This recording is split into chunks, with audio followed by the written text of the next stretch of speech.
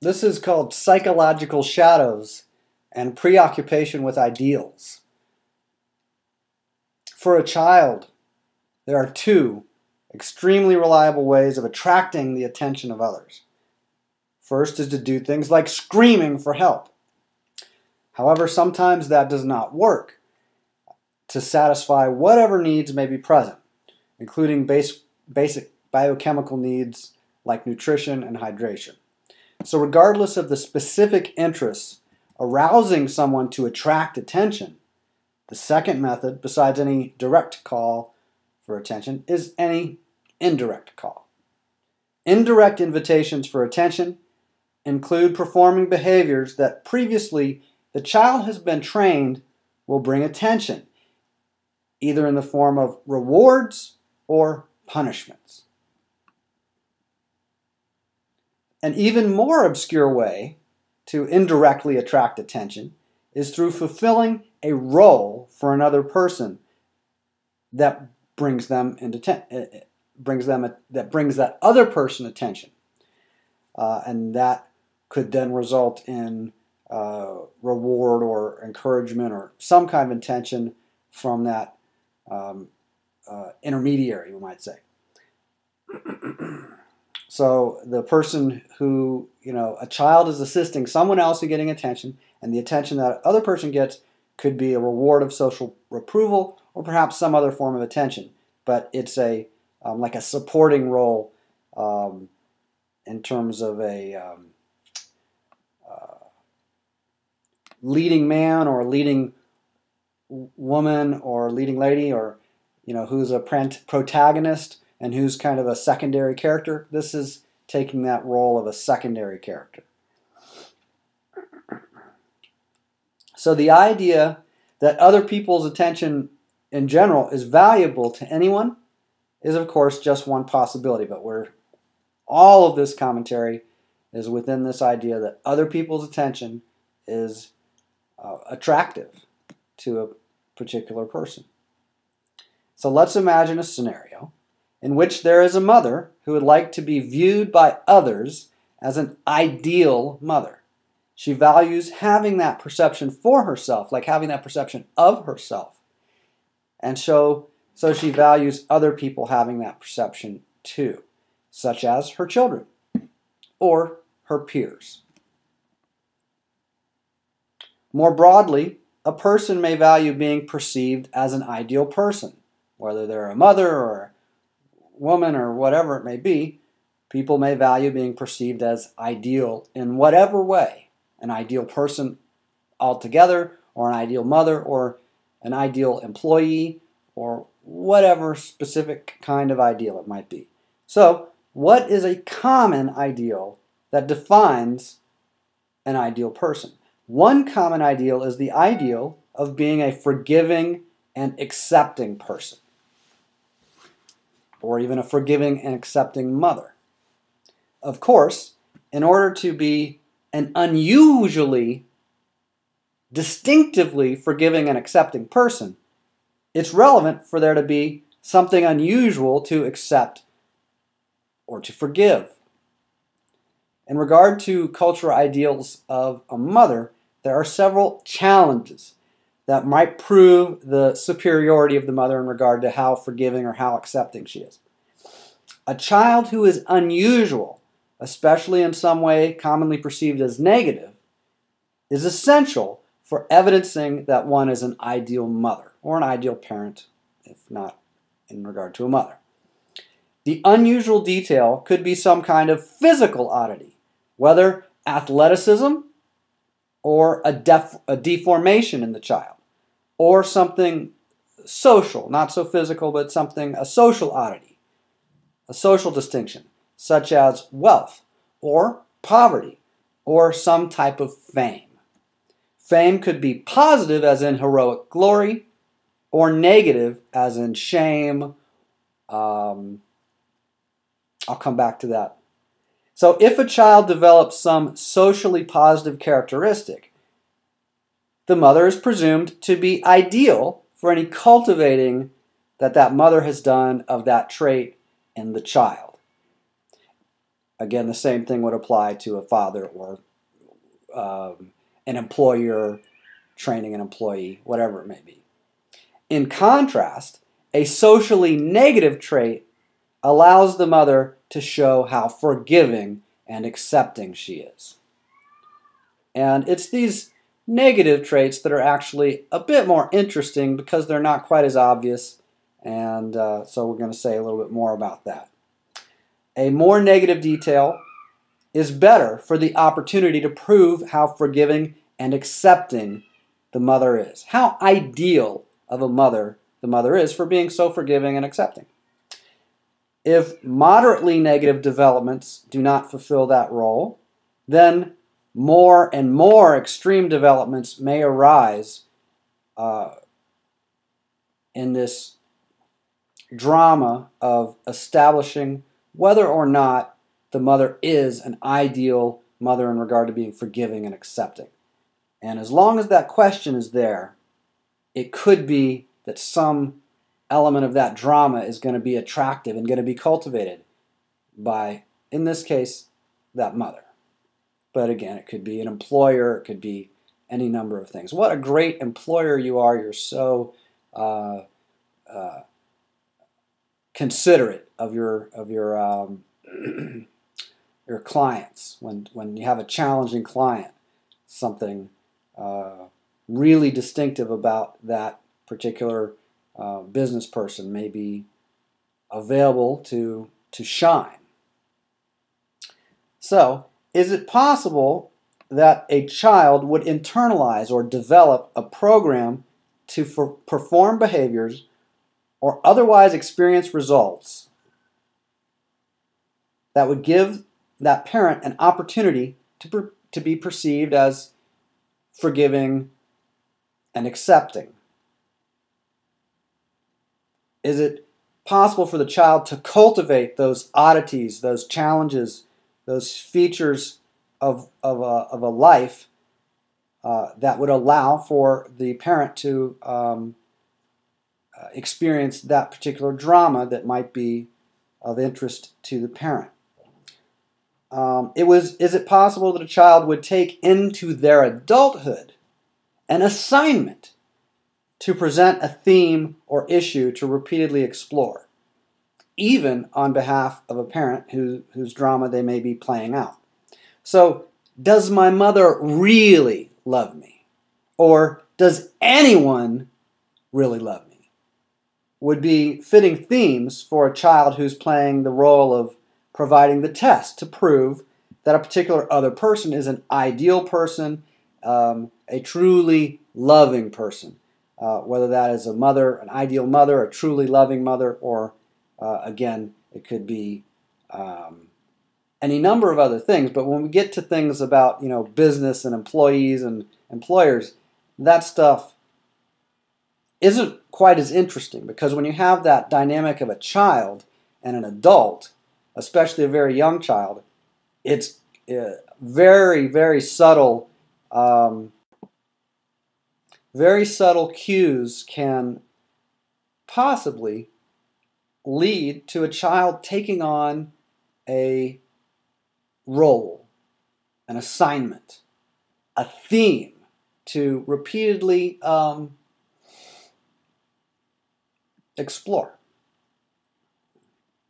So, somewhat similar to does my mother really love me, or does anyone really love me? A more specific variation on the latter, does anyone really love me, would be, does my partner or my spouse really love me? That's another possible theme for someone to explore. We don't usually get into these themes or preoccupations in regard to something like a pet. You don't think, does my cat really love me? But we might think, does my spouse really love me? Why? Because humans are capable of pretense and of linguistic complexity and behavioral complexity that we don't expect in pets or livestock or people performing in an official capacity. We wouldn't expect so much personal intricacy. But People who are performing in their official capacities still could have some drama, some program, some assignment way in the background that is playing itself out in their every action or many of their actions, some pattern of activity. So we may test to see if our partner or our spouse really loves me or us or whatever, with directly challenging talk. Like we may accuse them of not loving us. That'd be kind of an obvious thing. Or indirectly challenging behavior, such as addiction or other dysfunction, and then they have that opportunity to indirectly prove and evidence and demonstrate, oh, they do really love me, or oh, they don't because they didn't do that one thing, or they did that 2 times, and once they do it twice, then that means whatever it means from one's own subjective interpretation. So all of these themes are variations on self-concern or preoccupations, as in suffering, providing other people opportunities for them to demonstrate their idealism can be quite an investment of energy, quite time-consuming. Demonstrating one's own ideal qualities can also be quite an investment of energy, as well as demonstrating that one does not have whatever various negative traits. I am a loving person, so that means I'm not a hateful person. That would be the kind of identifying that one might do. Here's the positive thing I am, and then there's the negative thing that I'm not. I'm forgiving, I'm not resentful. I'm loving, I'm not hateful. I'm accepting, I'm not intolerant, etc. So, I am so accepting and forgiving, says one person. And they have a ready list of historic victimizations and dramatic betrayals and historic and heroic challenges to share as evidence. As evidence of what? Of my identity, that I'm so accepting and forgiving. I'm filtering reality and looking for people who will play the roles with me, looking for situations, cultivating opportunities to demonstrate how accepting and forgiving I am, if I have a preoccupation with an ideal. And then if I also have a preoccupation with a shadow, and establishing that I don't have some contrasting characteristic. I'm so accepting and forgiving, and I am not intolerant and resentful. So those would be kind of the partner, the pair. And it's really a single dynamic, but we can verbalize it and label it as a pair. So I've been victimized historically, but that just shows how forgiving I am. The victimization is an opportunity to demonstrate how forgiving I might be perceived to be by other people like you or whoever, my whoever maybe. The more dramatic a betrayal that I've experienced, the more that accepts how forgiving and accepting I am. The more heroic a challenge that I've faced and overcome, again, the more accepting I might be, because the more mature I might be. Whatever favorable, positive quality, I get all these opportunities to demonstrate them, and I cultivate opportunities to demonstrate what a great ideal person I am. So I'm such a survivor. That's another common labeling or identifying. I am so smart is another. That's a big one for me. That's probably part of why it is that I would be creating this content and sharing it. Why? Because I'm smart, and I'm going to demonstrate that. That's just a natural thing for somebody who's developed in that capacity to show how smart they are. My children are so smart is related. If they're smart, that implies that I might also be smart, or at least if people should be smart and I'm not, well, at least my children will be. See, my children are, and that's good for my identity, my ego, my pride, my vanity, my self-image, and my worship or preoccupation of presenting a particular self-image or social perception of how I really am.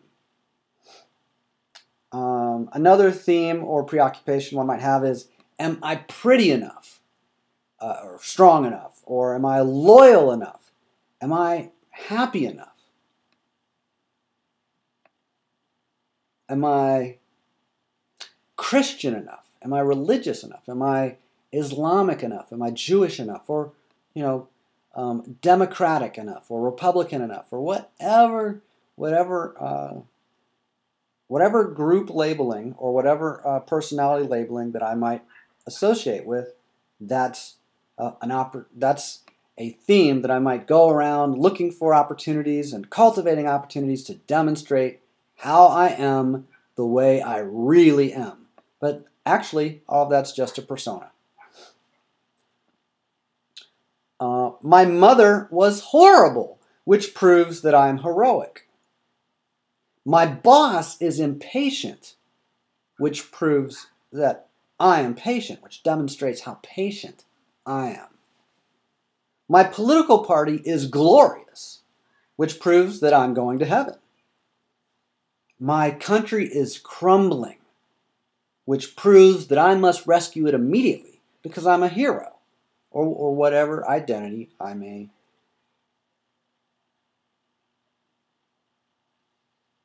develop. So some of these themes or some of those statements I just made may stretch logic a bit further than others. Some of them are not going to be as convincing to an adult, at least the average adult, an adult who doesn't have that same preoccupation. So some of these preoccupations we'll be able to easily convince most anyone of. Some of them it will be very difficult to convince other people of.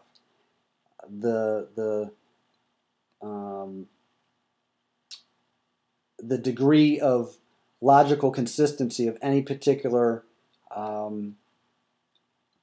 role that we perform in all the various statements and commentaries made, the degree of logic varies from role to role, from time to time. Someone can get into really, really complicated justifications and rationalizations in some cases. However, all self-concern, which I earlier did call suffering, and preoccupation, and idealism, all of that, all self-concern, is like a cocoon like that a caterpillar would be in before developing into a butterfly. All that self-concern is like a cocoon inside of which other capacities may develop.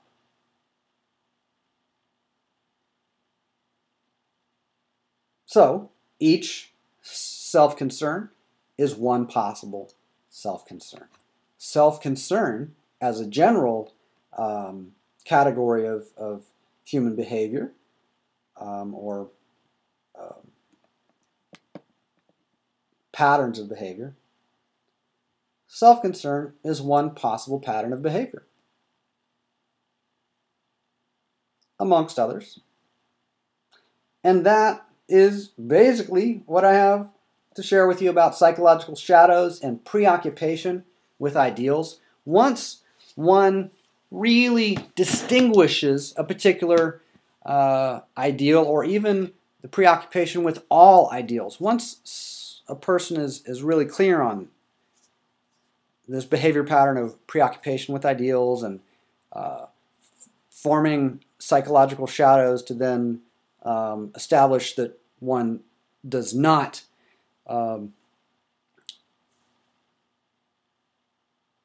have those traits, well, that's all possible. And once it's just clear that those are some possibilities, then there's no real preoccupation left. It's not really an ideal. Once it's recognized as an ideal, it's not really any better than any other ideal. It's just an ideal. ideals are one possible way of performing or behaving or playing, pretending, developing, acting, operating. When we say acting and operating or taking action, the term acting is the same term that would be used with regard to a theater and people who are, fictitiously pretending to be some other character or to have some other characteristic. And children do this naturally quite a bit. They play roles. Adults, we might not so often play with roles or role play. But that's one possibility. I'm JR.